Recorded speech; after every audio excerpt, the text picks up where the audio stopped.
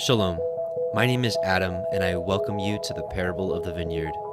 Every day, Yahuah is waking up a remnant, a group of people who are coming out of deceptions, realizing our walk is to consist of faith and obedience to his righteous commands.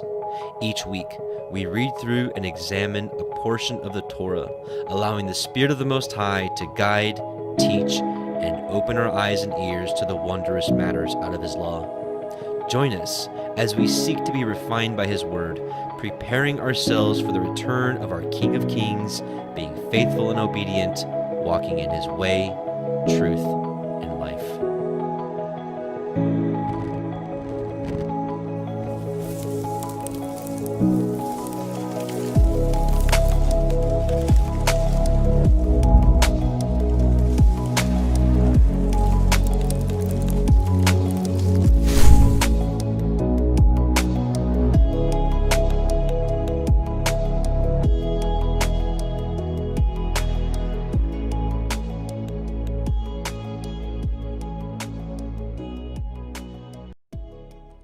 Shabbat Shalom and welcome back, brothers and sisters. Welcome to the Parable of the Vineyard YouTube Torah portion live study. My name is Adam, your host, and I welcome you.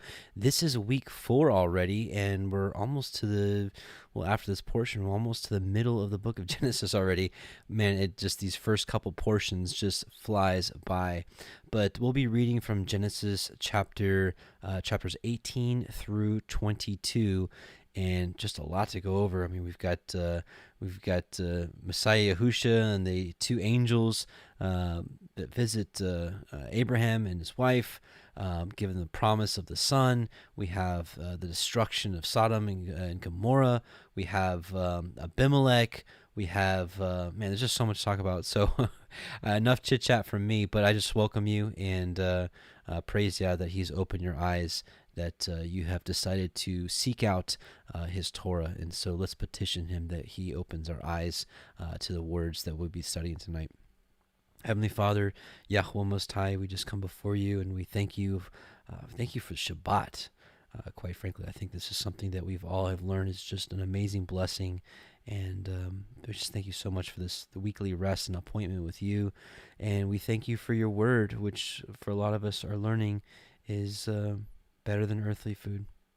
And we pray that you open our eyes and ears to the words that we're going to read tonight, for we know that it is not of ourselves, but you who are the revealer of wisdom and truth in these last days. And we just thank you so much for it. We bless you in Yahusha's name. Amen and amen.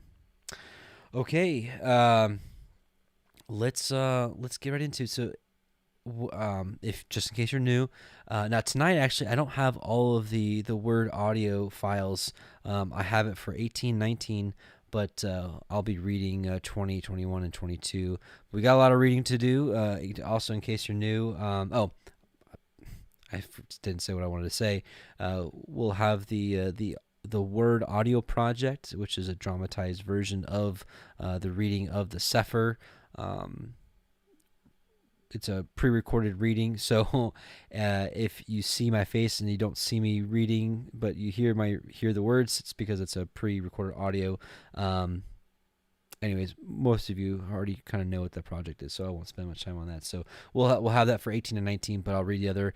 We're going to be comparing stuff with the Book of Jasher, Jubilees, and the Aramaic Targums we have decided to add to our studies. So really excited about what that holds as well. And for any of you that are deciding to test the Targums for yourself, I do recommend the Jonathan Ben Uziel version. I'll explain that another time. But Onkelos is just something I just don't know if I want to read his stuff. He's the guy that has a passage in the Talmud that says that Yahusha is burning in hell. Anyways, so yeah, I'm just not going to read his stuff. Anyways, so let's get into it. And we're at Genesis 18. And let's go. And actually, we're going to be, that's right. I got the word audio. So we're going to have it read to us first, and then we'll break it down. Bereshit, Genesis chapter 18. And Yahuah appeared unto him in the plains of Mamre, And he sat in the tent door in the heat of the day. And he lifted up his eyes and looked, and lo, 3 men stood by him. And when he saw them, he ran to meet them from the tent door, and bowed himself toward the ground, and said, My Adonai, if now I have found favor in your sight, pass not away, I pray you, from your servant. Let a little water, I pray you, be fetched, and wash your feet, and rest yourselves under the tree. And I will fetch a morsel of bread, and comfort ye your hearts. After that ye shall pass on. For therefore are you come to your servant. And they said, So do, as you have said. And Avram hastened into the tent, into El Sarai, and said, Make ready quickly 3 measures of fine meal, knead it, and make cakes upon the hearth. And Avram ran unto the herd, and fetched a calf tender and good, and gave it unto a young man, and he hastened to dress it. And he took butter and milk, and the calf which he had dressed, and set it before them, and he stood by them under the tree, and they did eat. And they said unto him, Where is Sarai your woman? And he said, Behold, in the tent.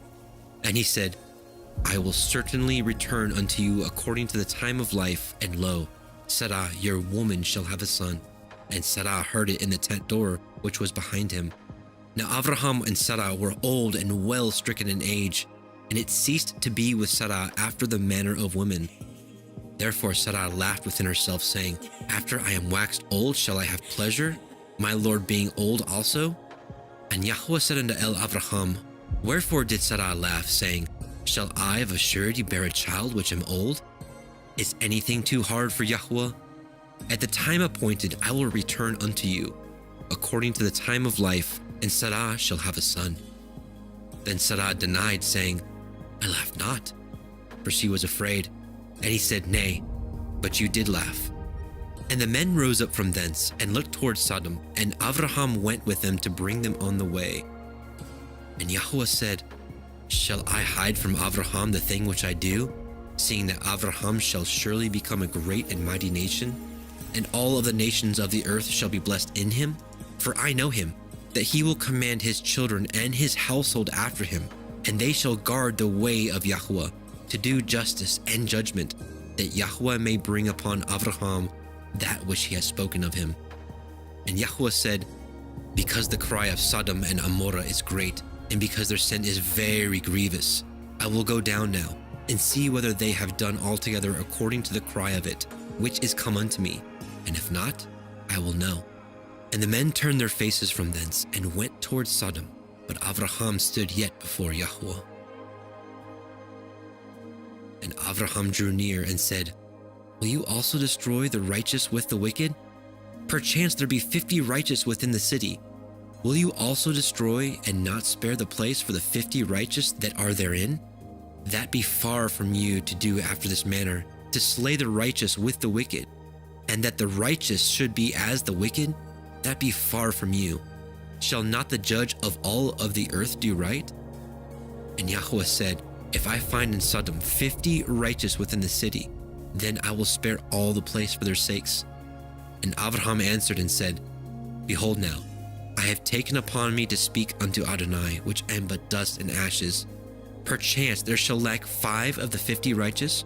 Will you also destroy all the city for lack of 5? And he said, If I find there 45, I will not destroy it. And he spoke unto him yet again and said, Perchance there shall be 40 found there.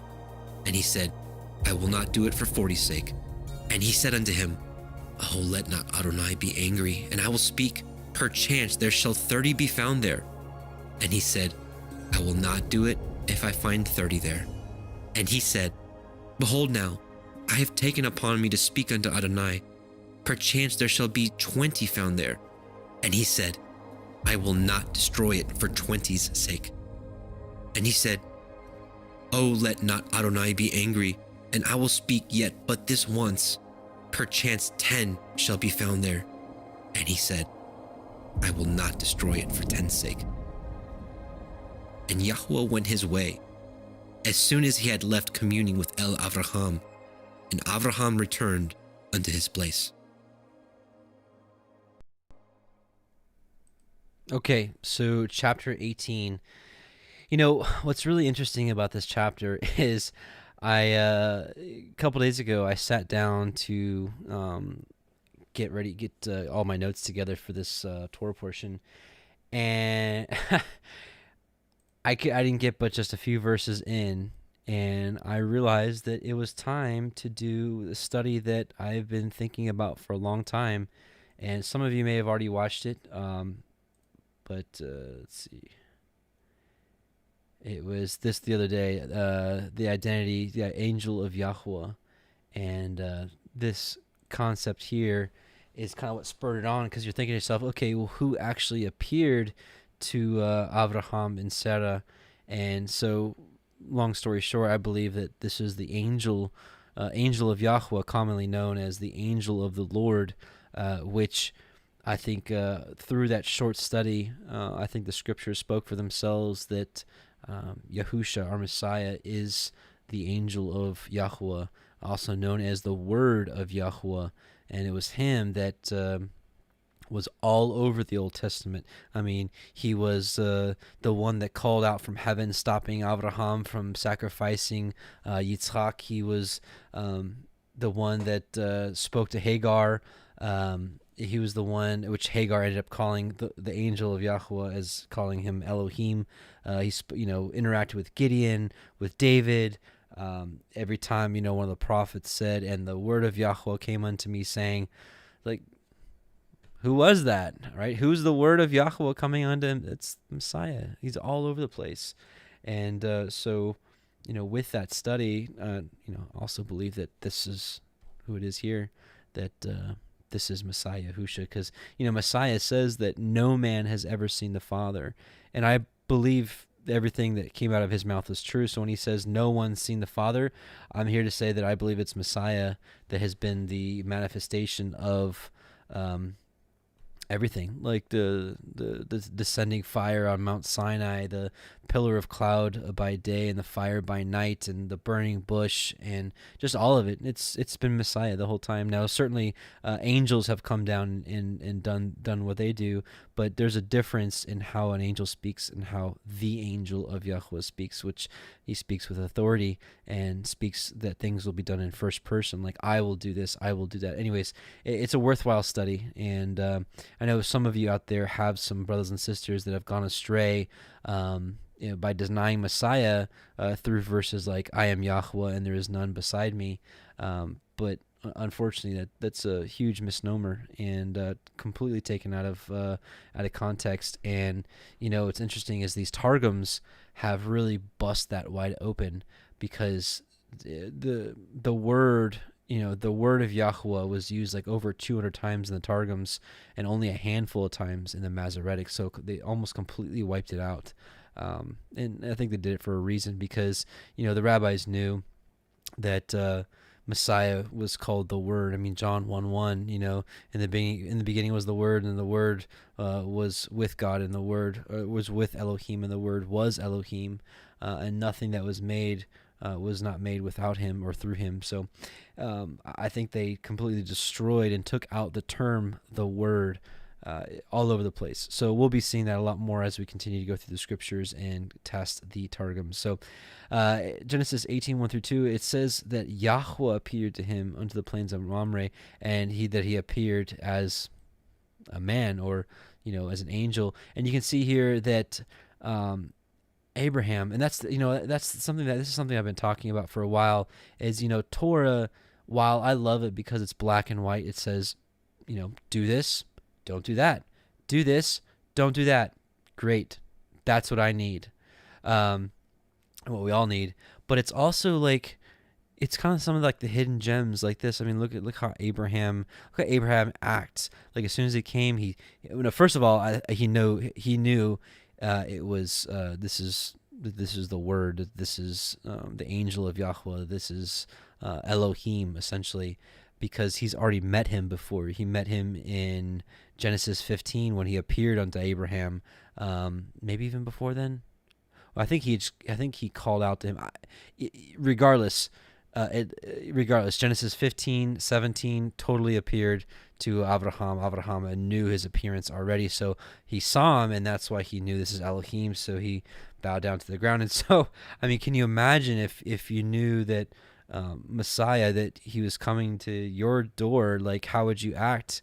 And I hope we would all be the same kind of hospitality. But what we'll find out here shortly is Abraham was the same way with all people as well. And there's a passage, I think, is it in James or is it in one of the epistles of John, that says that it says, how can you, if you hate your brother that you have seen, how can you love Yahuah whom you have not seen, right? And so the thought process behind that is, just like how Abraham treated Yah as his own guest in his house, with he bowed down to the ground. He's like, you guys stay right here under this tree. I'm going to go get this. I'm going to go get that. I'm going to feed you. I'm going to take care of you. And they're like, all right, we're good. We'll be here. Do as you say. So, we should really show some hospitality with our friends, our family, our loved ones, especially if they come to your house. Try to remember how Abraham acted in basically serving them hand and foot. Think about Messiah Yahusha, think about the Last Supper. I mean, what did he do? He humbled himself greatly, and he washed their feet.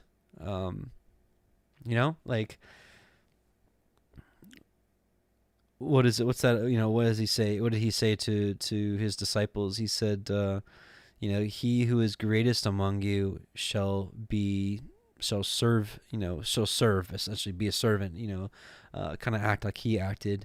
And, we should really take hold of that. And if we claim to be the seed of Abraham, we should do the deeds of Abraham, as Messiah said. Because, you rebuked the Pharisees. He's like, if you were Abraham's children, you do the deeds of Abraham. He's like, now you seek to kill me. Abraham didn't do that, So anyway, so Yahuah appeared to him. So I believe that, again, that Messiah Yahusha was Yahuah, but, okay. So there is Yahuah the Father, but Yahusha was Yahuah, but not yet revealed as Yeshua yet. But there's still a Father and a Son, if that makes sense. Yahusha is the word of Yahuah, so he's like the emissary of the angel of Yahuah, if you will. Boy, I just made that really confusing for you. Sorry. It also reminds me of this, and we actually read this in that study. This is Joshua 5:13 through 15. And it came to pass when Yahusha, this Joshua, was by Jericho, that he lifted up his eyes and looked, and behold, there stood a man over against him with his sword drawn in his hand. And Joshua went unto him and said unto him, Are you for us or for our adversaries? And he said, Nay, but as the captain of the host of Yahuah am I now come. And Yahusha fell on his face to the earth and did worship, and said unto him, What saith my Adonai unto his servant? And the captain of Yahuah's host said unto Joshua, Loose thy shoe from off thy foot, for the place whereon you standest is holy. And Joshua did so. So here we have Joshua bowing to this captain of the host, not being rebuked for it. And we see Abraham bowing himself to the earth and not being rebuked for it as well. So pretty interesting. So here we see the deeds of Abraham. He's like, let me get some water. I'll wash your feet, and I'll fetch a morsel of bread and comfort your hearts. And he he's like, Sarah, turn on the hearth, or let's get this hearth going. Let's get these cakes going. Let's get this tender calf and let's dress it and let's get it ready. Actually, here, let's see. What did I have set up for this? Oh, this is the passage I was saying earlier. Okay, John 8:37 through 40. I know that he's just talking to the Pharisees. I know that you're Abraham's seed, but you seek to kill me, because my word hath no place in you. I speak that which I have seen it with my father, and ye do that which you have seen with your father. And they answered and said to him, Abraham is our father. Yahusha saith unto them, If you were Abraham's children, you would do the works of Abraham. But now you seek to kill me, a man that hath told you the truth, which I have heard of Elohim. This did not Abraham, right? It's almost like those, I could just see almost this comedy, like you're trying to kill me. Abraham didn't try to kill me, like, what's up? Matthew, let's see. So yeah, this is the sheep and the goats, right? And It says, "Then shall the king say unto them on his right hand, Come, ye blessed of my father, inherit the kingdom prepared for you from the foundation of the world. For I was hungered, and you gave me meat. I was thirsty, and you gave me drink. I was a stranger, and you took me in. Naked, and you clothed me. I was sick, and you visited me. I was in prison, and you came unto me. And then shall the righteous answer him, and saying, Lord, when did we saw you and hungered, and fed you, or thirsty, and gave you drink? Or when saw thee as a stranger, and took you in, or naked, and clothed you? Or when saw we sick, or in prison, and came unto you? And the king shall answer and say unto them, Verily I say unto you, inasmuch as ye have done it unto the least of these my brethren, ye have done it unto me." So again, it's exactly as we saw how Abraham literally treated Yahusha. This is what he says here: if you do it unto the least of my people, or my brethren, as he says, which is an interesting word used there. He's like, you might as well done it to me. So praise Yah for that. And then, of course, the flip side of that is not doing all these things, and these people will be cursed and shall go into everlasting punishment, but the righteous into life eternal. So praise Yah. I'm going to read Jasher 22:11 through 13.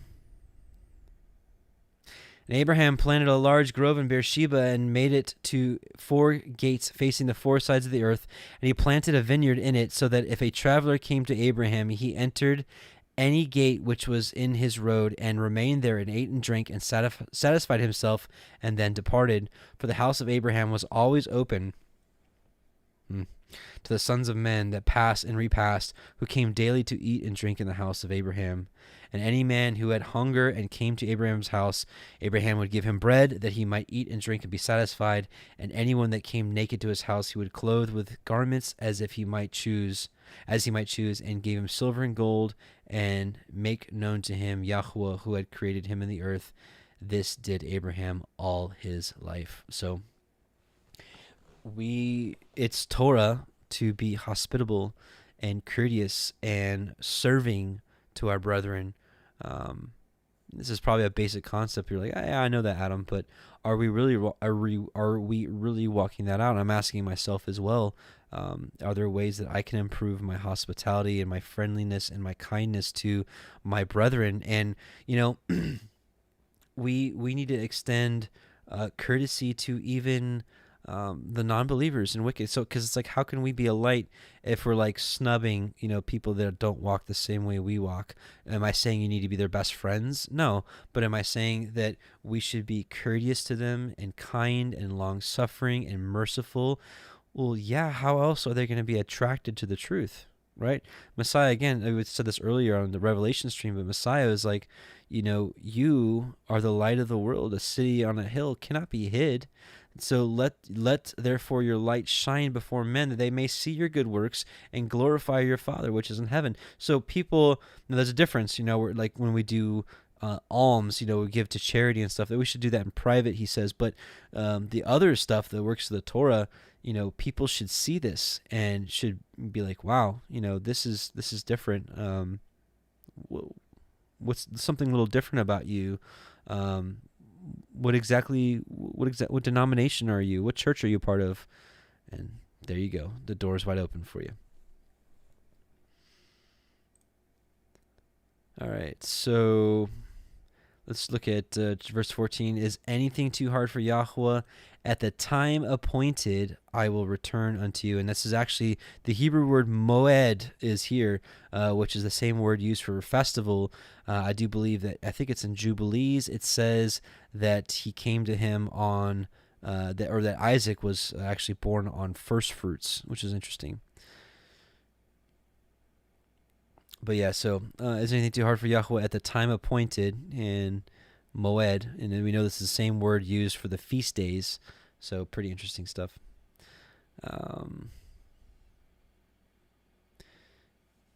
And so we see here Sarah denying, saying, "I laugh not." I don't think they knew quite the extent of Yahweh's power at that point, because she denied laughing. When essentially, she lied. I'm not condemning Sarah because she's way more righteous than I've ever been. I'm just, we're going through the Torah portion, and we'll see here that these people are not perfect, but these are still righteous people, And so I'm sure she, at this point forward, she learned that Yahuah knows everything. And she's probably thinking to herself, how did he know that I laughed? He's too far away to even hear that. But nevertheless, he heard. So, and, when I say they're not, perfect, it's like, in thinking of, this promise. Well, we'll talk a little bit later about that down the road. We'll talk about it now. I don't want to ruin that. Look at verse 20. And Yahuah said, because the cry of Sodom and Gomorrah is great, and because their sin is very grievous. That actually has some interesting meaning to it. We're going to look at Jasher 19. That is not what I wanted to do. Jasher 19, 3 through 46. Here is some of the deeds of Sodom and why they were annihilated. It's one thing for the scriptures to be like, yeah, Sodom is just really wicked, and then destroyed. It doesn't really explain. I mean, no, we'll see next chapter, how nasty they were to the two angels that came in, and how they wanted to wanted to break down Lot's wall so they could have sex with them. I mean, that's how crazed these people were. But there's a little more to it. Check this out. This is Jasher 19, starting at verse 3. And by desire of their four judges, the people of Sodom and Gomorrah had beds erected in the streets of the cities. And if a man came to these places, they laid hold of him and brought him to one of their beds, and by force made him to lie in them. And as he lay down, 3 men would stand at his head and 3 at his feet, and measure him by the length of the bed. And if the man was less than the bed, these 6 men would stretch him at each end, and when he cried out to them, they would not answer him. And if he was longer than the bed, they would draw together 2 sides of the bed at each end, until the man had reached the gates of death. And if he continued to cry out to them, they would answer him, saying, Thus shall it be done to the man that cometh into our land. And when men heard all these things the people of the cities of Sodom did, they refrained from coming there. And when a poor man came to their land, they would give him silver and gold, and cause a proclamation in the whole city not to give him a morsel of bread to eat. And if a stranger should remain there some days and die from hunger, not having been able to obtain a morsel of bread, then at his death all the people of the city would come and take their silver and gold with which they had given to him. And those that could recognize the silver or gold which they had given him took it back. And at his death they also stripped him of his garments, and they would fight about them. And he that prevailed over his neighbor took them. They would after that carry him and bury him under some of the shrubs in the deserts. So they did all the days to anyone that came to them and died in their land. And in the course of time, Sarah sent Eliézert to Sodom to see Lot and inquire after his welfare. And Eliézert went to Sodom, and he met a man of Sodom fighting with a stranger. And the man of Sodom stripped the poor man of all his clothes and went away. And this poor man cried to Eliézert and supplicated his favor on account of what the man of Sodom had done to him. And he said to him, Why dost thou act thus to the poor man who came to thy land? And the man of Sodom answered Eliézert, saying, Is this man thy brother? Or have the people of Sodom made thee a judge this day, that thou speakest about this man? And Eliézert strove with the man of Sodom on account of the poor man. And when Eliézert approached to recover the poor man's clothes from the man of Sodom, he hastened with a stone and smote Eliézert in the forehead. And the blood flowed copiously from Eliézer's forehead. And when the man saw the blood, he caught hold of Eliézert, saying, Give me my hire for having rid thee of this bad blood that was in thy forehead, for such is the custom and the law of our land. So basically the guy's like, you need to pay me for this bad blood coming out of your head, right? And Eliézert said to him, You have wounded me, and you're requiring me to pay you thy hire? And Eliézert would not hearken to the words of the man of Sodom. Eliézer's like, you want to pay me for hitting me on the head with the stone and making me bleed? And the man laid hold of Eliézert and brought him to Shakra, this judge of Sodom, for judgment. And the man spoke to the judge, saying, I beseech thee, my lord, thus has this man done, for I smote him with a stone, that the blood flowed from his forehead, and he is unwilling to give me my hire.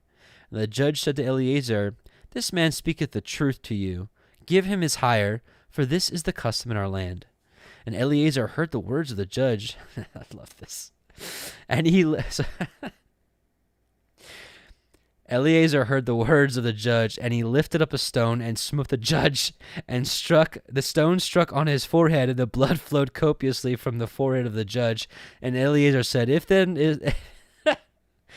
this then is the custom in your land, give thou unto this man what I should have given him for this day. For this has been thy decision, thou didst decree it. So Eliezer is like, oh, okay, if this is the law of the land, so he smites the judge on the head, and the judge bleeds. And so basically he's like, the money that you're going to give me, just give it to him. We'll be good. And Eliezer left the man of Sodom with the judge, and he went his way.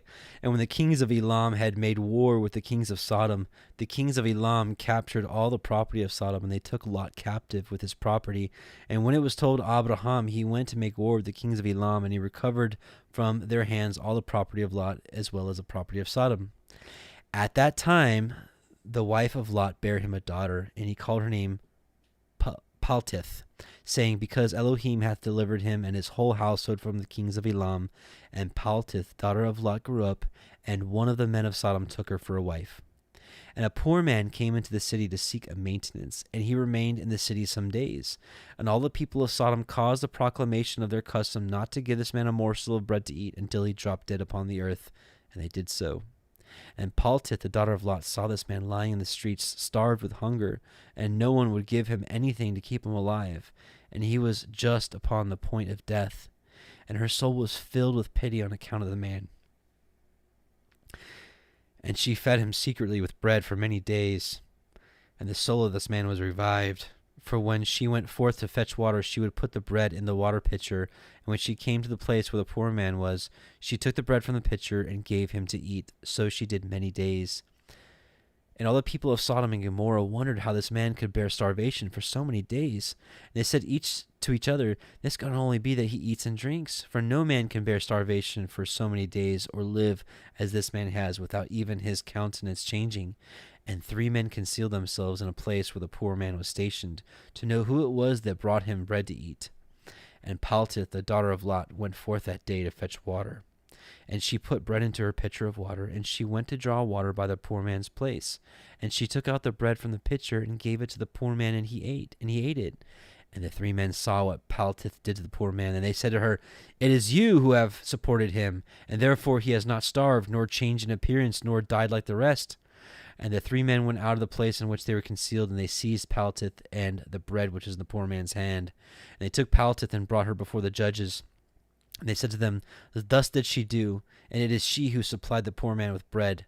Therefore did he not die all this time. Now therefore declare to us the punishment due to this woman for having transgressed our law. And the people of Sodom and Gomorrah assembled and kindled a fire in the streets of the city. And they took the woman and cast her into the fire, and she was burned to ashes.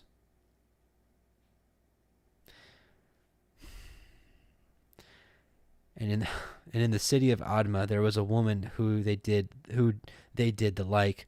For a traveler came into the city of Admah to abide there all night, with the intention of going home in the morning. And he sat opposite the door of the house of the young woman's father to remain there, as the sun had set when he had reached that place. And the young woman saw him sitting by the door of the house. And he asked her for a drink of water, and she said to him, Who are you? And he said to her, I was this day going on the road, and reached here when the sun set, so I will abide here all night. And in the morning I will arise early and continue my journey. And the young woman went into the house and fetched the man bread and water to eat and drink. And this affair became known to the people of Admah, and they assembled and brought the young woman before the judges, that they should judge her for this act. And the judge said, The judgment of death must pass upon this woman, because she transgressed our law. And this, therefore, is the decision concerning her. And the people of those cities assembled and brought out the young woman, and anointed her with honey from head to foot, as the judge had decreed. And they placed before her a swarm of bees, which were then in their hives. And the bees flew upon her and stung her, that her whole body was swelled.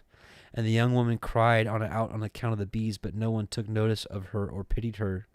And her cries ascended to heaven. And Yahuah was provoked at this and all the works of the cities of Sodom, for they had abundance of food, and had tranquility amongst them, and still would not sustain the poor and the needy. And in those days their evil doings and sins became great before Yahuah.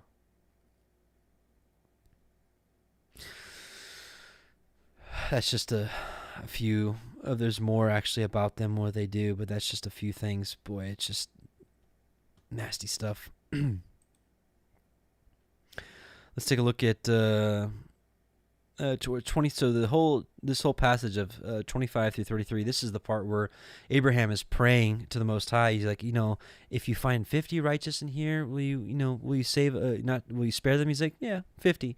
And and then Abraham. It seems as though like Abraham's like talking him down, right? And Most High's like, okay. Or if I find 45, I won't do it. Okay, 40. All right, 30. But what we have to realize is the Most High knows the end from the beginning. He knows that Lot is the only righteous person in that entire city, So, but it's still, nonetheless, it's a really good overall point that what is Abraham doing? He's praying for and fighting for the weak and for the righteous. One of my favorite chapters, 2 Ezra chapter 7. We're going to read 102 through 115. I answered and said, if I found favor in thy sight, show further to me thy servant, whether on the day of judgment the righteous will be able to intercede for the ungodly, or to entreat the Most High for them. Fathers for sons, or sons for parents, or brothers for brothers, relatives for the kinsmen, or friends for those who are most dear. He answered me and said, since you have found favor in my sight, I will show you this also. The day of judgment is decisive, and displays to all the seal of truth. Just as now a father does not send his son, or a son his father, or a master his servant, or a friend his dearest friend, to be ill, or sleep, or eat, or be healed in his stead, so no one shall ever pray for another on that day, neither shall any one lay a burden on another, for then everyone shall bear his own righteousness or unrighteousness. I answered and said, how then do we find that first Abraham prayed for the people of Sodom, and Moses for our fathers who sinned in the desert, and Joshua after him, and Israel in the days of Achan, and Samuel in the days of Saul, and David for the plague, and Solomon for those in the sanctuary, and Elijah for those who received the rain, and for the one who was dead that he might live, and Hezekiah for the people in the days of Sennacherib, and many others prayed for many? If therefore the righteous have prayed for the ungodly now, when corruption has increased and unrighteousness has multiplied, why will it not be so then as well? Anyways, so the point was actually just to read this passage here that this is counted as a righteous deed to even pray for the wicked. I mean, what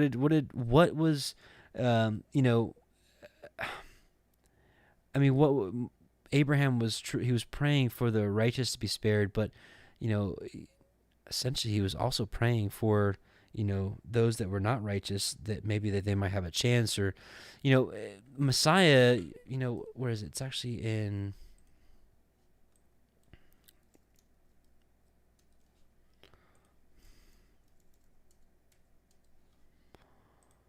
at the end of Messiah, he says, what does he say?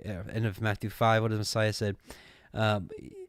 But I say unto you, love your enemies, bless them that curse you, do good to them that hate you, and pray for them which despitefully use you and persecute you, that you may be the children of your Father which is in heaven. For he maketh the sun to rise on the evil and on the good, and sendeth rain on the just and on the unjust. For if you love them which love you, what reward have you? Because anybody can do that. Anybody can love people that are good to them and love them.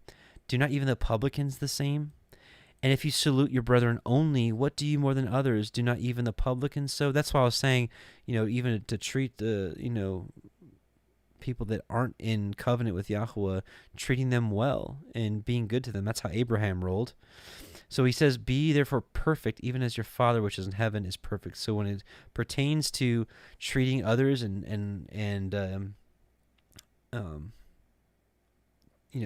saluting others and loving others, love your enemies and love those that do not well to you. But anyways, so that was an interesting passage right there with Abraham. So here, one little snippet in the Targums, it says, this is for chapter 18, and the angels who had the likeness of men arose from thence, and the one who had made known the tidings to Sarah ascended to the high heavens, and 2 of them looked towards Sodom, and Abraham went with them. So remember, you had the 3 angels, and I do believe that one of them was the angel of Yahuah, which I believe fully revealed is Messiah Yahusha, and you had the 2 other angels. So the 2 other angels went to Sodom and Gomorrah, and it says the other angel, which I believe is the angel of Yahuah, ascended to the high heavens. All right, so let's listen into chapter 19. Just a second. Bereshit, Genesis chapter 19. And there came 2 angels to Sodom at evening, and Lot sat in the gate of Sodom. And Lot, seeing them, rose up to meet them, and he bowed himself with his face toward the ground. And he said, Behold now, my lords, turn in, I pray you, into your servant's house, and tarry all night, and wash your feet, and ye shall rise up early, and go on your ways. And they said, Nay, but we will abide in the street all night. And he pressed upon them greatly, and they turned in unto him, and entered into his house. And he made them a feast, and did bake matzah, and they did eat. But before they lay down, the men of the city, even the men of Sodom, compassed the house round, both old and young, all the people from every quarter. And they called unto Lot, and said unto him, Where are the men which came into you this night? Bring them out unto us, that we may know them. And Lot went out at the door unto them, and shut the door after him, and said, I pray you, brethren, do not so wickedly. Behold now, I have 2 daughters which have not known man. Let me, I pray you, bring them out unto you, and do ye to them as is good in your eyes. Only unto these men do nothing, for therefore came they under the shadow of my roof. And they said, Stand back. And they said again, This one fellow came into sojourn, and he will need to be a judge. Now we will deal worse with you than with them. And they pressed sore upon the man, even Lot, and came near to break the door. But the men put forth their hand, and pulled Lot into the house with them, and shut the door. And they smote the men that were at the door of the house with blindness, both small and great, so that they wearied themselves to find the door. And the men said unto Lot, Have you here any besides? Son-in-law, and your sons, and your daughters, and whatsoever you have in the city, bring them out of this place. For we will destroy this place, because the cry of them is waxen great before the face of Yahuah, and Yahuah has sent us to destroy it. And Lot went out, and spoke unto his sons-in-law, which married his daughters, and said, Up, get you out of this place, for Yahuah will destroy this city. But he seemed as one that mocked unto his sons-in-law. And when the morning arose, then the angels hastened Lot, saying, Arise, take your woman, and your 2 daughters which are here, lest you be consumed in the iniquity of the city. And while he lingered, the men laid hold upon his hand, and upon the hand of his woman, and upon the hand of his 2 daughters, Yahuah being merciful unto him, and they brought him forth, and set him without the city. And it came to pass, when they had brought them forth abroad, that he said, Escape for your life, look not behind you, neither stay in all the circle of the Yarden. Escape to the mountain, lest you be consumed. And Lot said unto them, Oh, not so, my Adonai.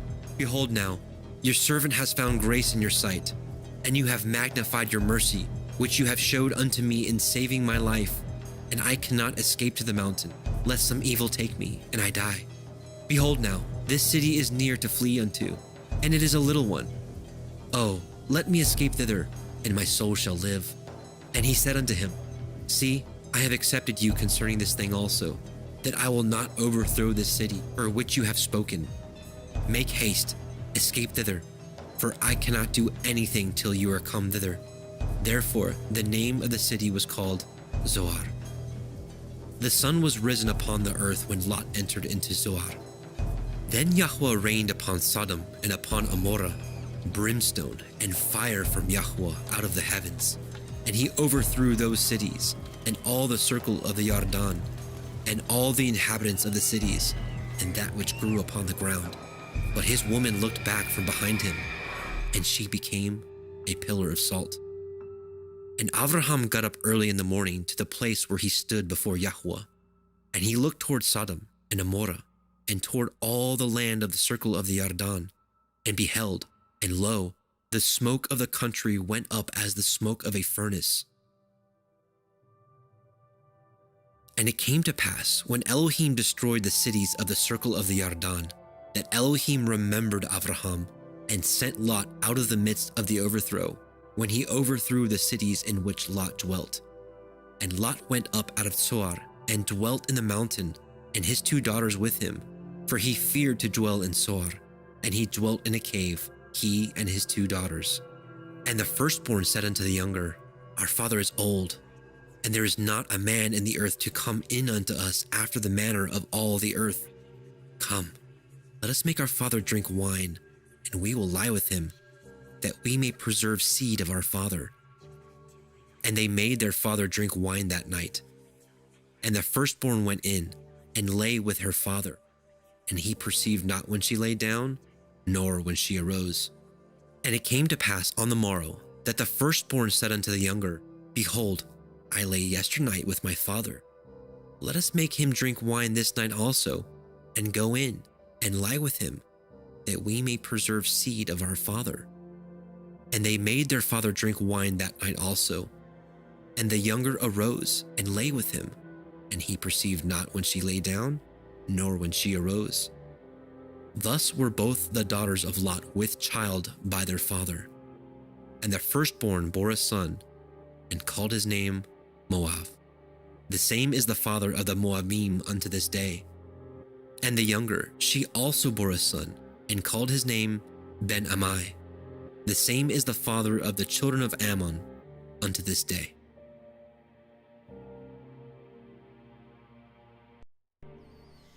Wow, that is a lot going on in that chapter. We've got, Lot and his daughters. We've got the destruction of Sodom and Gomorrah, which, can you just imagine? I guess that's probably just a small taste of what's to come in the day of Yahuah. In any case, so we see Lot being hospitable just like Abraham, and I have a feeling that Lot knew that these were angels as well because, I think he just knew that they were probably divine because he bowed himself to the ground, and he pressed them, sorely, or at least he knew that they were righteous men or something. And in verse 4 it says that, or was it verse? Let's see, where is it? Oh, verse 3, I'm sorry. It said he made him feast, and they did bake matzah. So you see the word feast and matzah, and so you're automatically like, that's Passover. Maybe it was. Maybe it was. We don't have a whole lot to go off of. It is interesting, though, that feast, matzah, escape, destruction. Just like, when the Israelites escaped out of Egypt. So there's definitely some parallels there. That I think is pretty interesting to take a look at. Then let's see. Here we go. So here's this angry mob of homosexuals that they're like crazed people. They're like, 2 new men came into this town. And if they were angels of Yahuah, they were probably handsome men, I would assume. I don't know how Yahuah makes his angels, but I'm assuming that they probably appeared as attractive to these men, and they were like crazed dogs, like foaming at the mouth. They're like trying to break down Lot's door, like, we want to know him, so bring him out to us that we may have sex with them. Like wow, like really? Like this is just sickening, and this is really the only taste of the deeds of Sodom we get in the 66 book canon. And that's what's interesting about Jasher, is it kind of shares with us. I think I've shared it a couple weeks ago, but they used to have 4 orgies a year, and like you would like your daughters and your wife would go and have sex with your neighbors, and you would have sex with your neighbors' daughters and wife. It was just all over the place, just disgusting. And you can only imagine just what was going through their minds. Again, I the only thing I could even think they would probably say was like, oh, this is a righteous thing to do because we're all we're all one. We're all sharing each other. We're all family, and this is how we can get close to each other, and this is how we can truly all be family, is if we interbreed with each other. I mean, I just, who knows what they were thinking. But again, you've got this angry mob, and they're like, we want to have sex with these guys, or we're going to like destroy you, you know? And yeah, so the Septuagint says, where are the men that went into this night? Bring them out, that we may be with them. The Targums say, where are the men who entered with thee tonight? Bring them out to us, and we will lie with them. So yeah, these are all, so you got to know them, be with them, lie with them. This is, they wanted to have sex with them. So then you've got Lot. It's like, don't do this, you know? I've got 2 daughters that are virgins. Do what you want with them, you know, and there's a lot of speculation as to exactly why he did that. I think it seems pretty simple. We don't really get a whole lot from the text. There wasn't anything else special in the Septuagint or the Targums that I saw. But, just thinking about it, I mean, Lot knows that these guys are like raging homosexuals, and they don't have any interest in his daughters, even though they're 2 virgins. They're probably, attractive young ladies. And they're like, it just made him even more mad. And maybe he knew that would be a good way to focus the attention on him and get them mad at him instead of focusing on the 2 angels that had come into his house. And it worked, because what they say, they said again, this one fellow came into sojourn, and he will need to be a judge. Now we will deal worse with you than with them. So he kind of put the focus on himself, because he knew that would piss him off. Is that a bad word? Maybe I shouldn't say that. It would upset them. I know children watch this. I'm sorry. It would upset them. Excuse me. Sorry. He knew that it would upset them because they didn't want females. They just wanted to lie with these men. So that's just my personal opinion on the matter. Verse 16 says, and while he lingered, the men laid hold upon his hand, and the hand upon his woman, and upon the hand of his daughters, and Yahuah being merciful to him, and they brought him forth and without the city. So it said Lot lingered, right? He's just like, like, they're like, let's go. And he's like, da da da da. And they're like, let's go. And so this reminds me of like Revelation 12, where it says that the man-child was caught up. It was like snatched away, taken with force. And, it says somewhere, what does it say? Yeah. Make haste, escape thither, for I cannot do anything till you are come thither, therefore the name of the city is called. So the angels were like, we can't bring the destruction until you leave, right? Yah hasn't allowed us to do this until you leave. We're going to protect you. And, thinking about it in the last days and when all this goes down, I really do believe for the righteous there will be a divine protection, whether it's like a protection in the places we are, or where he like literally snatches us and grabs us to him, and then all these things go down. Either way, I really fully believe that those that have faith in Messiah and keep the commandments of the Most High are going to be shielded and protected. That's the whole promise of Psalm 91.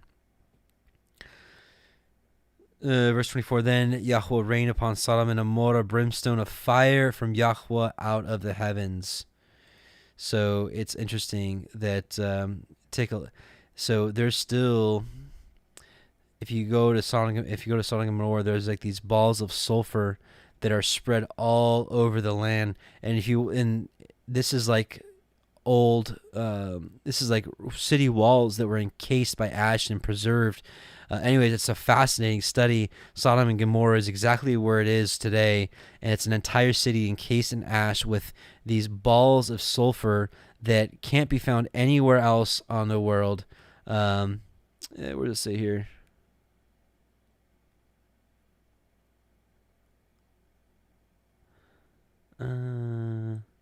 Anyways, it basically says here that these sulfur balls, the 98.4% pure sulfur, it's significantly more pure than naturally occurring sulfur. And so you can't find this anywhere else in the world, this pure sulfur like this, or almost exactly pure sulfur, 98.4%. And like these little balls, and this is this is the raining fire and brimstone from heaven. And there's physical evidence just sitting there And it's amazing. It's absolutely amazing that this kind of stuff still exists. So look, these are some of the pictures from Sodom and Gomorrah. Look, I mean, look at this. These are city walls. This is like walls and towns, like this. I mean, this isn't Sodom and Gomorrah. This is a building that was completely encased in ash and preserved. Sodom and Gomorrah. I mean, this is a remnant of a city that was encased in ash. All over the place. Okay. So, and then you see, of course, Lot's wife turning back. They said, don't turn back. And she turned back anyways. And turned into a pillar of salt. There's a warning from us the Messiah gives us. Luke 17:26-37, and as it was in the days of Noe, so shall it be also in the days of the Son of Man. They did eat, they drank, they married wives, they were given in marriage until the day that Noah entered the ark, and the flood came and destroyed them all. Likewise also as it was in the days of Lot, they did eat, they drank, they bought, they sold, they planted, they builded. But the same day that Lot went out of Sodom, it rained fire and brimstone from heaven and destroyed them all. Even thus shall it be in the day when the Son of Man is revealed. In that day, he which shall be on the housetop and his stuff in his house, let him not come down and take it away. And he that is in the field, let him likewise not return back. Remember Lot's wife. So when all these things go down, who knows, maybe he'll send an angel to each of our houses and be like, let's go. You got 1 minute, or we got no time. Let's go. Let's remember Lot's wife. I'm gonna be like this, like blinders. I'm not looking at anything. I just want to, look forward. In any case. All right. So, verse 29, and it came to pass when Elohim destroyed the cities of the circle of the Yarden that Elohim remembered Abraham and sent Lot out of the midst of the overthrow when he overthrew the cities in which Lot dwelt. And I'll just read a little passage in the Targums. It says, and the word of Yahuah caused showers of favor to descend upon Sodom and Gomorrah to the intent that they might work repentance, but they did not, so that they said, wickedness is not manifested before Yahuah, so he doesn't see my sin. They said, behold, then there are now sent down upon them sulfur and fire from before the word of Yahuah from heaven. So here we are with that whole word business again, right? Yeah. And so Jasher 1957 reads, and Lot and his 2 daughters remained in the cave, and they made their father drink wine, and they lay with him, for they said that there was no man upon the earth that could raise up seed from them, for they thought the whole earth was destroyed. And, think about it from their perspective. If they were right in the midst of all this, it's probably what, what Hollywood portrays as, just absolute destruction, and they probably literally thought everybody was dead. And so they were really trying to do the right thing and be like, well, we need to keep our lineage going. I'm not going to sit here and condemn these people. I've got daughters, so I, can't imagine this scenario, but, not even slightly imagine this scenario, but, I guess I can understand if they thought that everybody in the entire world was dead. I don't know what to say about it. It's kind of weird, but I'm not going to judge, because everything is according to Yah's will. So it happened, and I'm no judge. So we'll just keep moving on. How about that? So we are at verse 20, and here we go. I'm going to rereading now. And Abraham journeyed, let me just get my notes up here. And Abraham journeyed from thence toward the country of the Negev, and dwelt between Kadesh and Shur, and sojourned in Gerar, which is the land of the Philistines. And Abraham said of Sarah, his woman, she is my sister, which we learned that she was actually his niece, because she was his niece. But I guess the way their speech works, father can mean father or, or grandfather. And Abimelech, king of Gerar, sent and took Sarah. But Elohim came to Abimelech in a dream by night, and said to him, Behold, you are but a dead man for the woman which you have taken, for she is a man's woman. But Abimelech had not come near her, and said, Adonai, will you slay also a righteous nation? Said he not unto me, She is my sister? And she, even she herself, said, He is my brother. And the integrity of my heart and in innocence of my hands have I done this. And Elohim said unto him in a dream, Yea, I know that you did this in the integrity of your heart, for I also withheld you from sinning against me. Therefore suffered I you not to touch her. So look at this dream real quick. So Jasher 20:18 through 21:11 through Jasher 20:12 through 18. 12 through 18. As at the evening time, before men lie down to rest, the king, this is Abimelech, the king was sitting upon his throne, and a deep sleep fell upon him, and he lay upon the throne and slept till morning. And he dreamed that an angel of Yahuah came to him with a drawn sword in his hand, just like he was in front of Joshua and Balaam. And the angel stood over Abimelech and wished to slay him with a sword. And the king was terrified in his dream, and said to the angel, And what have I sinned against you? And why comest thou to slay me with thy sword?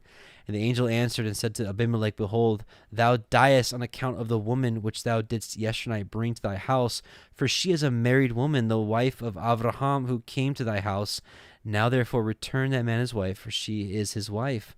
And shouldest thou not return her, know that thou wilt surely die, thou and all belonging to you. And on that night there was a great outcry in the land of the Philistines, and the inhabitants of the land saw the figure of a man standing with a drawn sword in his hand, and he smote the inhabitants of the land with a sword, yea, he continued to smite them. And the angel of Yahuah smote the whole land of the Philistines on that night, and there was a great confusion on that night and on the following morning. And every womb was closed, and all their issue, and the hand of Yahuah was upon them on account of Sarah, wife of Abraham, whom Abimelech had taken. And in the morning Abimelech rose with terror and confusion with a great dread, and he sent and had his servants called in, and he related the dream to them, and all the people were greatly afraid. So just give you a little more of what actually went down and a little bit about this actual dream. So kind of interesting. All right, so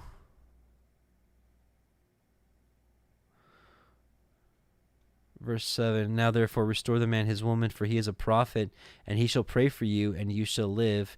And if you restore her not, know that you shall surely die, and all that are yours. So, the Most High could have just healed him like that, but he had it done through Abraham. And that's kind of what we see in James 5. It says, is any among you sick? Let him call for the elders of the called out assembly, and he shall anoint him with oil and pray for him. And, I'm paraphrasing, and he shall be healed. And so it's kind of the same thing we're seeing here, is that Yahuah works through men. All right, let's keep going. Therefore Abimelech rose early in the morning and called his servants and told them all these things in their ears, and the men were sore afraid. Then Abimelech called to Abraham and said to him, What have you done unto us? And what have I offended you, that you have brought on me and on my kingdom a great sin? You have done deeds unto me that ought not to be done. And Abimelech said unto Abraham, What saw you that you have done this thing? And Abraham said, Because I thought surely the fear of Elohim is not in this place, and they will slay me for my woman's sake. And yet indeed she is my sister, she is the daughter of my father, but not the daughter of my mother, and she became my woman. And it came to pass, when Elohim caused me to wander from my father's house, that I said unto her, This is your kindness which you shall show unto me, and at every place whither we shall come, say of me, He is my brother. And Abimelech took sheep and oxen and men servants, and women servants, and gave them unto Abraham, and restored him his Sarah his woman. And Abimelech said, Behold, my land is before you. Dwell where it pleases you. And unto Sarah he said, Behold, I have given your brother 1,000 pieces of silver. Behold, he is to you a covering of the eyes unto all that are with you, and with all other. Thus she was reproved. So Abraham prayed unto Elohim, and Elohim healed Abimelech and his woman and his maidservants, and they bore children. For Yahuah had fast closed up all the wombs of the house of Abimelech because of Sarah, Abraham's woman. Don't mess with Yahuah and his anointed, right? All right, so the birth of Yitzchak. And Yahuah visited Sarah as he had said, and Yahuah did unto Sarah as he had spoken. For Sarah conceived and bore Abraham a son in his old age at the set time of which Elohim had spoken to him. And Abraham called the name of his son that was born unto him, whom Sarah born to him, Yitzchak. And Abraham circumcised his son Yitzchak, being 8 days old, as Elohim had commanded him. And Abraham was 100 years old when his son Yitzchak was born unto him. And Sarah said, Elohim has made me to laugh, so that all that hear will laugh with me. And she said, Who would have said to Abraham that Sarah should have given children suck? For I have borne him a son in his old age. And the child grew and was weaned, and Abraham made a great feast the same day Yitzchak was weaned. And Sarah saw the son of Hagar, the Mitzrim, which she had borne unto Abraham, mocking. Wherefore she said unto Abraham, Cast out this bondwoman and her son, for the son of this bondwoman shall not be heir with my son, even with Yitzchak. And the thing was very grievous in Abraham's sight because of his son. So let's take a look at what actually happened, because it doesn't give us a whole lot. It said he was mocking, and then she's just like, get out of here, so it had to be pretty bad. Let's take a look. Jasher 21:11-15. And Ishmael the son of Abraham was grown up in those days. He was 14 years old when Sarah bare Yitzchak to Abraham. And Elohim was with Ishmael the son of Abraham, and he grew up, and he learned to use the bow and became an archer. And when Yitzchak was 5 years old, he was sitting with Ishmael at the door of the tent. And Ishmael came to Yitzchak and seated himself opposite him. And he took the bow and drew it and put an arrow in it and intended to slay Yitzchak. And Sarah saw the act which Ishmael desired to do to her son Yitzchak, and it grieved her exceedingly on account of her son.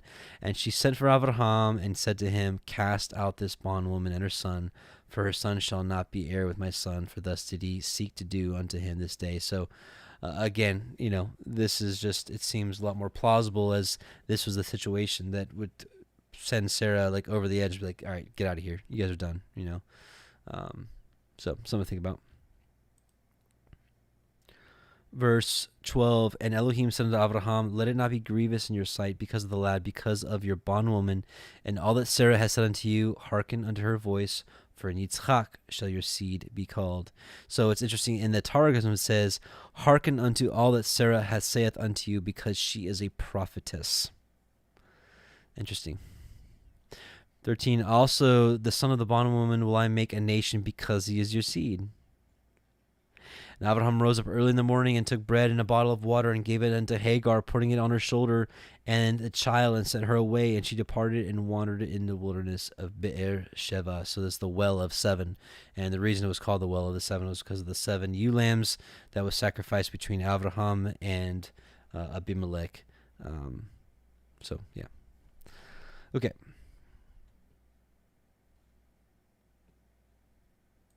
So it said that it would make Ishmael a great nation. Ishmael is the father of the Arabs, and the Arabs are a massive nation.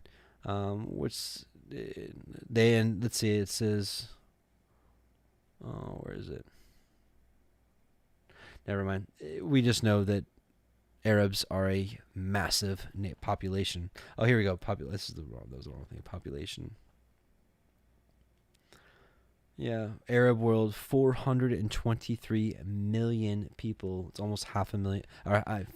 Almost half a billion of people. So it has become a very large nation. Jasher 21:18-20 is what I have next on the notes. And the wife of Ishmael conceived and bare 4 sons and 2 daughters, and Ishmael and his mother and his wife and children afterward went and returned to the wilderness. And they made for themselves tents in the wilderness in which they dwelt, and they continued to travel and then to rest monthly and yearly. I'm not sure exactly where I put that there, but I guess just a little more info about Ishmael. Verse 14. And Abraham rose up early in the morning and took bread and a bottle of water and gave it unto Hagar, putting it on her shoulder, and the child, and sent her away, and she departed and wandered in the wilderness of Be'er Sheva. And the water was spent in the bottle, and she cast the child under one of the shrubs, and she went and sat her down over against him a good way off, as it were a bow shot. For she said, Let me not see the death of the child. For she sat over against him, and lifted up her voice, and wept. And Elohim heard the voice of the lad, and the angel of Elohim called to Hagar out of the heavens, and said to her, What ails you, Hagar? Fear not, for Elohim has heard the voice of the lad where he is. Arise, lift up the lad, and hold him in your hand, for I will make him a great nation. And Elohim opened her eyes, and she saw a well of water, and she went and filled the bottle with water, and gave the lad drink. And Elohim was with the lad, and he grew, and he dwelt in the wilderness, and became an archer, and he dwelt in the wilderness of Paran, and his mother took him a woman out of the land of Mitzrayim. And it came to pass at that time that Avimelech and Pichol, the chief captain of his host, spoke unto Avram, saying, Elohim is with you in all that you do. Now therefore swear unto me here by Elohim that you will not deal falsely with me, nor with my son, nor with my son's son, but according to the kindness that I have done unto you, you shall do unto me, and to the land wherein you have sojourned. And Abraham said, I will swear. And Abraham reproved Avimelech because of the well of water which Avimelech's servant had violently taken away. And Avimelech said, I know not who has done this thing, neither did you tell me, neither yet heard I of it but today. And Abraham took sheep and oxen, and gave them unto Avimelech, both of them to cut a covenant. And Abraham set 7 ewe lambs of the flock by themselves. And Avimelech said unto Abraham, What mean these 7 ewe lambs which you have set by themselves? And he said, For these 7 ewe lambs shall you take of my hand, that they may be a witness unto me that I have dug this well. Wherefore he called that place Be'er-sheva, because there they swore both of them were, again, the 7 ewe lambs. Thus they cut a covenant at Be'er-sheva. Then Avimelech rose up, and Pichol, the chief captain of his host, and they returned to the land of the Pelishtim. And Abraham planted a grove in Be'er-sheva, and called there on the name of Yahuah Elohiym. And Abraham sojourned in the Pelishtim's land many days. So interesting part, and I included this in the Angel of Yahuah study last night or yesterday, but it says a little bit more on Ishmael and Hagar from the Targums, and it says, And the voice of the youth was heard before Yahuah for the righteousness' sake of Abraham.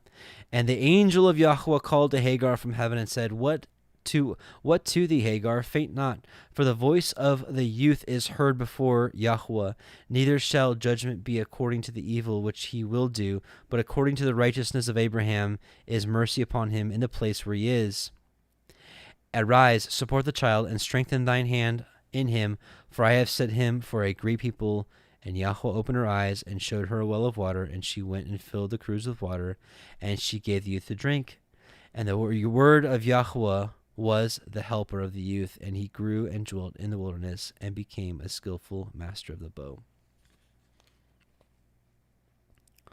So it's just interesting. That's just part of the Targums. The gem of the Targums is the word. It specifically says the word all over the place. It's just amazing. All right, last chapter 22, and this is a big one.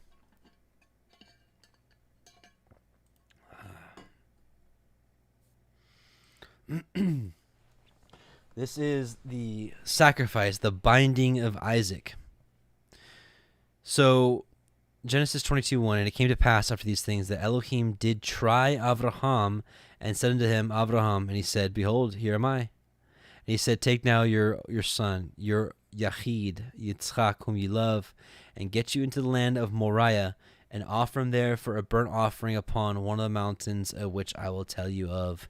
And so this is a really interesting passage, and I think it might bless you. Oops.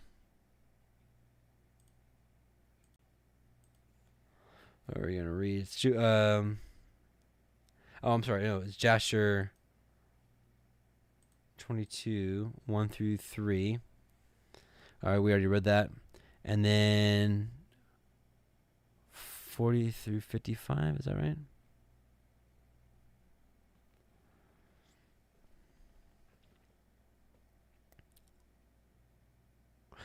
Here we go. And this is where the test came from. And Yitzchak, the son of Abraham, was growing up in those days, and Abraham, his father, taught him in the way of Yahuah to know Yahuah, and Yahuah was with him. And when Yitzchak was 37 years old, Ishmael his brother was going about with him in the tent. And Ishmael boasted of himself to Yitzchak, saying, I was 13 years old when Yahuah spoke to my father to circumcise us, and I did according to the word of Yahuah which he spoke to my father. And I gave my soul unto the Yahuah, and I did not transgress his word which he commanded my father. And Yitzchak answered Ishmael, saying, Why dost thou boast to me about this, about a little bit of thy flesh which thou didst take from thy body, concerning which Yahuah commanded you? As Yahuah liveth, the Elohim of my father Abraham, if Yahuah should say to my father, Take now thy son Isaac, and bring him up as an offering before me, I would not refrain, but I would joyfully accede to it. And Yahuah heard the word that Yitzchak spoke to Ishmael, and it seemed good in the sight of Yahuah, and he thought to try Abraham in this matter. And the day arrived when the sons of Elohim came and placed themselves before Yahuah, and Satan also came with the sons of Elohim before Yahuah. This is just like Job. And Yahuah said unto Satan, Whence comest thou? And Satan answered Yahuah and said, From going to and fro in the earth, and from walking up and down in it. And Yahuah said to Satan, What is thy word to me concerning all the children of the earth?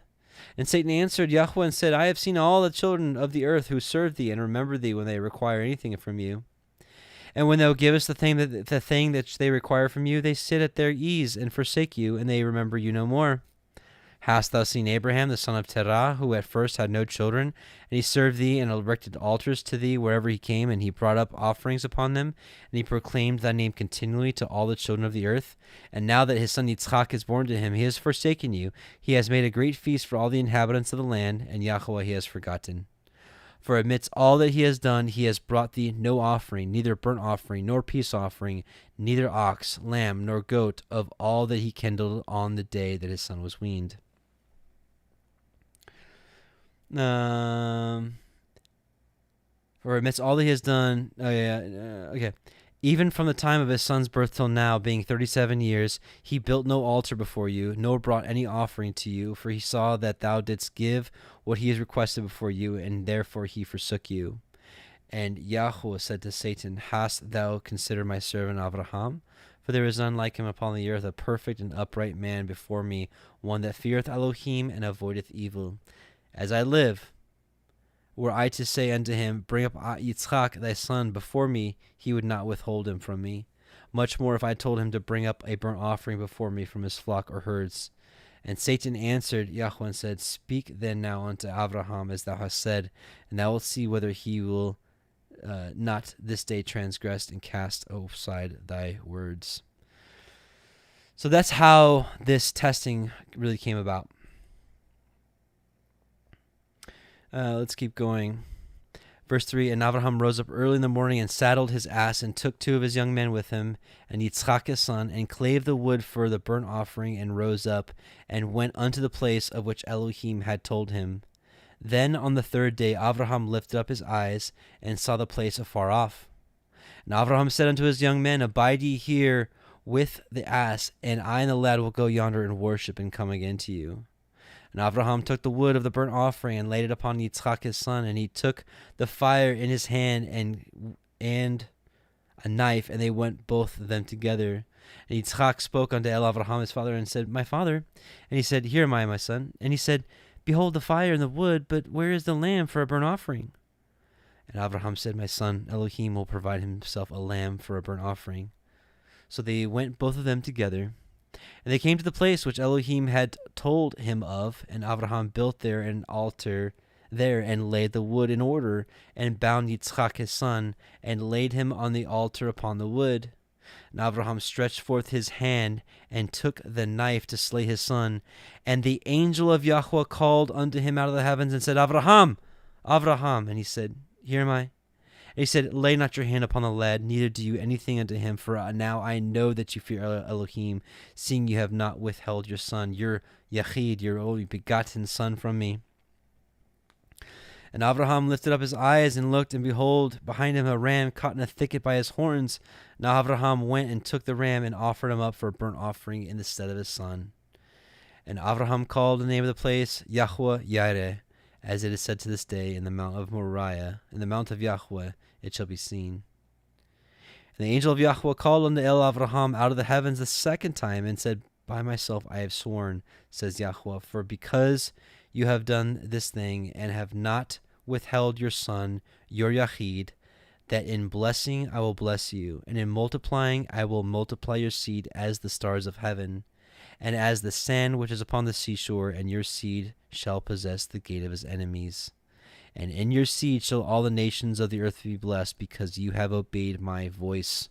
So Abraham returned unto his young man, and they rose up and went together to Beersheba. And Abraham dwelt at Beersheba. And it came to pass after these things that it was told Abraham, saying, Behold, Milcah, she has also borne children unto your brother Nahor. And who is his firstborn? And Buz his brother, and Kemuel the father of Aram, and Kesed, and Chazo, and Pildash, and Yidlaf, and Bethuel. And Bethuel begat Rivkah. These 8 Milcah did bear to Nahor, Abraham's brother. And his concubine, whose name was Reumah, she bore also Teva, Gaham, and Thahash, and Maacah. So, a lot going on. So Mount Moriah is a really interesting place. So Mount Moriah is where Abraham offered up Isaac. Mount Moriah is the place that David bought from the Jebusite, the threshing floor. So it'll be a possession forever. The Temple of Solomon was built on top of Mount Moriah. And Yahusha was crucified right outside, on Mount Moriah, they say. So it's a really, really interesting place. So you're there's a passage in Jasher I really want to read, but I'm going to be honest with you guys. I am so beat. I am so tired. I'm going to let you guys read this on your own. It's Jasher. It's basically chapter 23, all of it. It's like 80 verses. And so I would actually encourage you all to read Jasher chapter 23 for yourself and glean a little more info about what happened with the binding of Isaac. I might even read it next Torah portion, but I'm absolutely beat, brothers and sisters. I don't want to fall asleep on you guys. It's been a long week, and so I apologize. But nevertheless, it was a blessing to do this study with you, and I pray that it was a blessing for you, that you may have gleaned maybe even one thing that's new or something that's strengthened your faith. But most importantly, I pray this was a blessing in the Most High's eyes, that people are keeping his Shabbat and wanting to learn his word earnestly. And so it's an honor to call you a brother and a sister for joining me, whether you're here live or whether you're watching this tomorrow, Shabbat, or whether you're watching this a couple of years from now. Don't know. But I appreciate you being with me and standing for the same things that I stand for, which is loving our Father, believing in his Son, and keeping his commandments. It doesn't get much more simple than that. So let's pray. Our Father, who art in heaven, hallowed be thy name. Thy kingdom come, thy will be done on earth as it is in heaven. Give us this day our daily bread, and forgive us our debts as we forgive our debtors. And lead us not into temptation, and deliver us from all evil. For thine is the kingdom, and the power, and the glory forever and ever. Amen. And all the people said, Amen. So Yahuah bless you and keep you. Yahuah make his face shine upon you and be gracious unto you. Yahuah lift up his countenance upon you and give you shalom. Shabbat shalom, brothers and sisters. Rest well. I'm going to go ahead and start resting right now. I'm literally going to go change and go to bed. I'm so tired. So I pray that your Shabbat is amazing. Those of you that are local, I'll see you tomorrow at the same place at noon, Finley River Park in Ozark at noon. And we'll continue this Shabbat and Shalom. And love you all very much. And may Yahuah bless and keep you. Let's listen to this one. Shalom.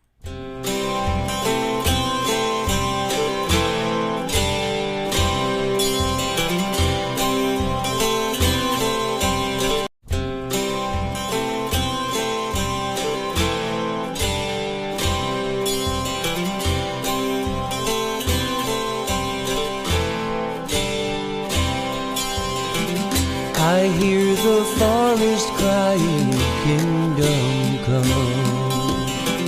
I see the horrifying things we've done.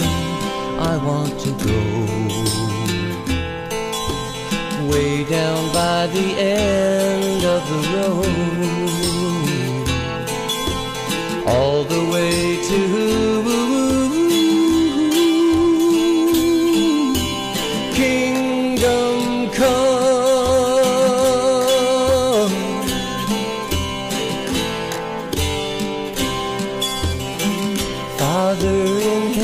and hallowed be thy name.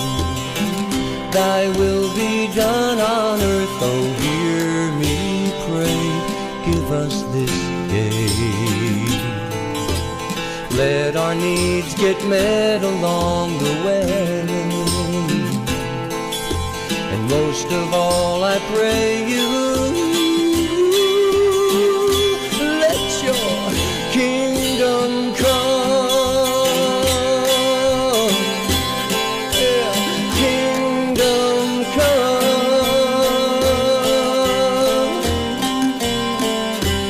Whoa.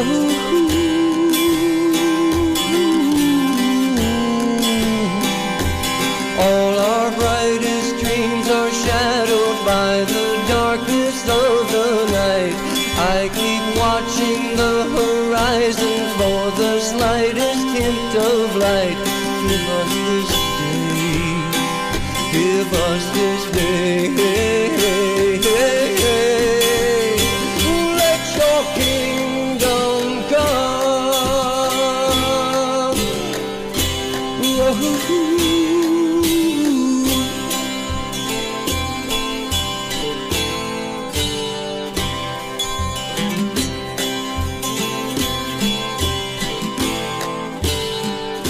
It's an ancient story that still gets told to those who hear and those who don't, by prophets and trees and things out of the blue.